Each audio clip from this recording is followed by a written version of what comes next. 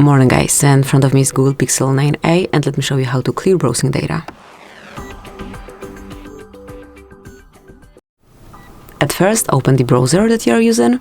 Now mark More icon, which is located in the right upper corner, and click on Delete Browsing Data.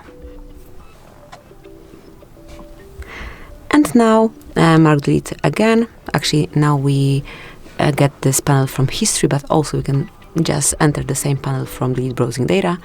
And now it's time to mark everything that you wish to remove, then choose the time range. So as you can see, you can delete data from past 15 minutes, 1 hour, day, 7 days, 4 weeks, or all time. So to perform a full cleanup, just mark not last 4 weeks, but all time, the last option, and mark delete data. And that's it, that will be all. Thank you for watching, please subscribe our channel, and leave the thumbs up.